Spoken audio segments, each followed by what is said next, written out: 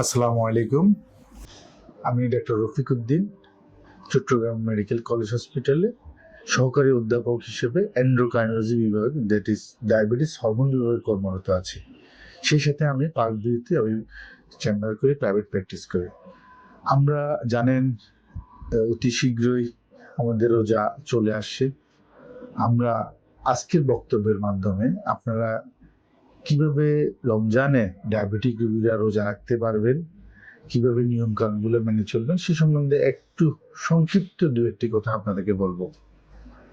প্রথম হচ্ছে, আপনারা জানেন প্রত্যেক মুসলিম নরনারীর জন্য রোজা আমাদেরকে ফরজ করা হয়েছে, এটা ইসলামের দিক থেকে। সেই সাথে সায়েন্টিস্টরা বিভিন্ন গবেষণা করে এটা প্রমাণিত হয়েছে যে রোজা আমাদের স্বাস্থ্যের জন্য খুবই উপকারী, যেটা এবং নন মুসলিমরাও আমাদেরকে রোজার আদলে অন্যভাবে সেটা ফলো করে, যেটাকে বলে আমরা ইন্টারমিটেন্ট ফাস্টিং। কারণ তারা দেখতে পেল মুসলিমদের এই সুযোগ, এই রোজা, এই ইবাদতটা অনেক বেশি স্বাস্থ্যকর, সেই জন্য তারা নন মুসলিমরাও এটার আদলে অনেকটা নন ইন্টারমিডিয়েন্ট ফাস্টিং নামে অনেকটা এক ধরনের খাবার দাবার নিয়ন্ত্রণের মাধ্যমে তারা এই আইডিওলজিটা প্র্যাকটিস করে। তাহলে বুঝতে পারেন আমাদের মুসলিম সমাজ বৈজ্ঞানিকভাবে, স্বাস্থ্যসম্মতভাবে অনেক আগে এগিয়েছিল। আসেন আমরা এবার যারা ডায়াবেটিক রোগী আছেন তাদের নিয়ম হচ্ছে, তারা রোজার বেশ কিছুদিন আগে, 1-2 মাস আগে ডাক্তারের শরণাপন্ন হতে হবে তারা কি রোজা রাখতে পারবে কি পারবে না। আপনারা জানেন ডায়াবেটিসের অনেক অ্যাডভান্স স্টেজ, যাদের কিডনি ফেলিওর হয়ে গেছে, যাদের মারাত্মক স্ট্রোক হয়ে গেছে, যাদের হার্ট অ্যাটাক হয়ে গেছে, যারা বিভিন্ন কারণে পায়ে ঘা হয়ে গেছে, মারাত্মক অসুস্থ, যারা অনেক ডায়াবেটিস রোগী, গর্ভবতী, এবং তারা অনেকেই এই কোশ্চেনটা করে যে আমরা কি রোজা রাখতে পারবো কি পারবো না। এই কোশ্চেনটার উত্তর যদি আমরা খুঁজতে হয় তাহলে আমাদের সারা পৃথিবীতে আমাদের একটা বেশ কিছু জনপ্রিয় কিছু রিকমেন্ডেশন আছে, গাইডলাইন আছে। সমস্ত দেশের মুসলিম বিশ্বের অনেক হুজুর, যারা মুফতি, ওলামায়ে একরাম এবং ডাক্তারদের সমন্বয়ে একটা গাইডলাইন রিকমেন্ডেশন করা হয়েছে, সেটাকে বলে দার রামাদান গাইডলাইন। এটা প্রায় প্রতি 2 বছর পর পরই আমাদের আপ টু ডেট করা হয়।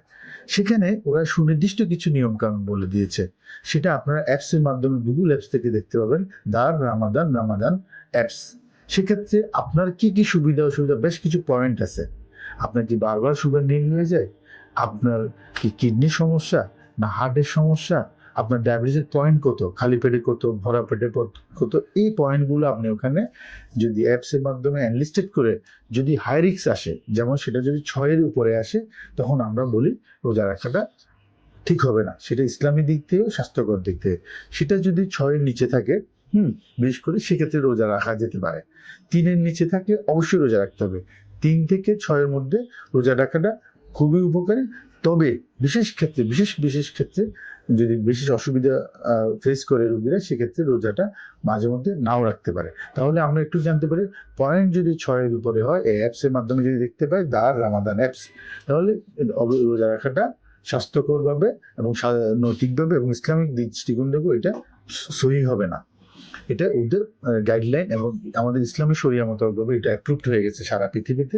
সেই গাইডলাইন সবাই অ্যাপ্রুভ করেছে, আমাদের মুফতি, হুজুর এবং সায়েন্টিফিক্যালি ডক্টরের সমন্বয়ে এই গাইডলাইনটা হলো। এখন আসেন আমরা সহজভাবে বলি, এই গাইডলাইন যাওয়াটা আপনাদের জন্য অনেকের পক্ষে, রোগীদের পক্ষে এটা কষ্টকর হয়ে যাবে।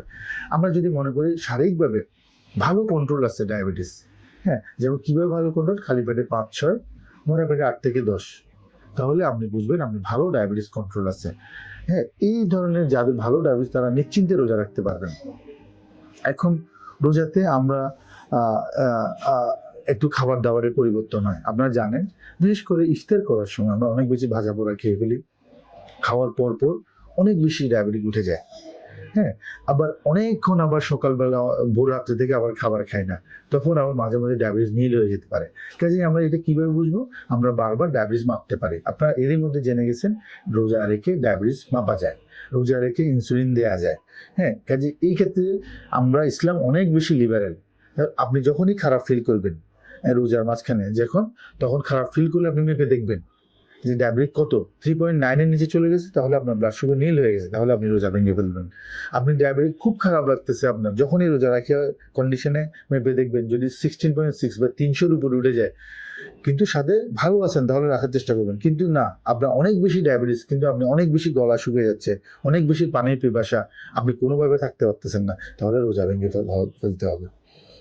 কাজেই এই জিনিসগুলো আমরা ডায়াবেটিস রোজা রেখে ইফতারের আগে, ইফতারের 2 ঘন্টা পরে, সেহরির আগে, সেহরির 2 ঘন্টা পরে, এবং কি দুপুর 12টায় বিভিন্ন সময় আমরা ডায়াবেটিস মেপে মেপে দেখতে পারি আপনি কেমন আছেন, বুঝার চেষ্টা করবেন। কাজে এই ডিসিশনগুলো আমরা যদি ফলো করি, এবং আমাদের নির্দিষ্ট ডায়েট প্যাটার্ন আছে, ডায়েট চার্ট আমরা এখানে দিয়ে দিচ্ছি, রোজা রেখে আপনারা কীভাবে কী কী খাবার খাবেন এই বিষয়ে আজকে আমরা বিস্তারিত যাব না। আমরা এতটুকু বলবো, আমরা অল্প অল্প বারবার খাবো এই খাবারটা। যেমন আমরা ইফতারিতে ছোলা, বুট, পেঁয়াজু খেলে একটু বেশি ডায়াবেটিক বেড়ে যায়, সামান্য পরিমাণ খাবো, আধা কাপ খাবো, সামান্য আধা কাপ পরিমাণ খাবো, একটা বেগুনি, একটু পেঁয়াজু, এতটুকু খাবো। কিন্তু ইফতার করে নামাজ পড়ে আমরা রোজা ভাঙার সময় একটা খেজুরও খেতে পারবেন, আমরা কচি ডাবের পানি খেতে পারবেন, শরবত খাবেন চিনি ছাড়া, লেবু, লবণ এগুলো মিক্স করে শরবত খাবেন, ফ্রুট জুস খেতে পারবেন। এই ধরনের কিন্তু কোনো আর্টিফিশিয়াল চিনি দিতে পারবেন না। এটা দিয়ে আপনি কচি ডাবের পানি খেয়ে রোজা ভাঙবেন, একটু একটা খেজুর খাবেন, সাথে আপনার যে ডাক্তারের পরামর্শ মোতাবেক যে ওষুধগুলো আপনাকে দিচ্ছে, যেমন কেউ যদি খালি পেটের কিছু ওষুধ আছে, এই ওষুধগুলো আপনি খাওয়া শুরু করবেন। এই ওষুধগুলো খাবেন এবং আপনি এভাবে অ্যাডজাস্ট করুন। তারপর নামাজটা পড়ে আপনি আবার একটু প্রয়োজন হলে একটু করে খাবেন, কিন্তু একসাথে অনেক বেশি খাবেন না। সবচেয়ে ভালো হবে অল্প বুট, পেঁয়াজ, মুড়ি খেয়ে আপনি যদি ইফতার নামাজ পড়ে একটু রুটি খেয়ে ফেলেন, সবজি ইচ্ছা মতো খেয়ে ফেলেন, খুবই ভালো হবে।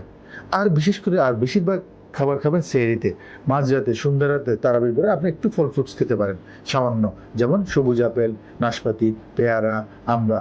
পর্যাপ্ত পরিমাণে পানি খেতে ভুলে যাবেন না, বারবার পানি খাওয়ার চেষ্টা করবেন। আর বেশিরভাগ সেহরিতে আপনি একটু হেভি খাওয়ার অভ্যাস করবেন। রুটি খেতে পারলে খুবই ভালো, রুটি, সবজি, মাছ, মাংস পরিমাণ মতো খাবেন। কতটুকু খাবেন আমরা একটা রিকমেন্ডেশন আপনাদেরকে দিয়ে দিয়েছি। কাজে এইভাবে ডায়েটটা কন্ট্রোল করতে হবে। আসেন ওষুধ অ্যাডজাস্টমেন্টের বিষয়, আসেন আমরা ব্যায়ামের বিষয়গুলো। আমরা রোজাতে ব্যায়াম করার পক্ষে না।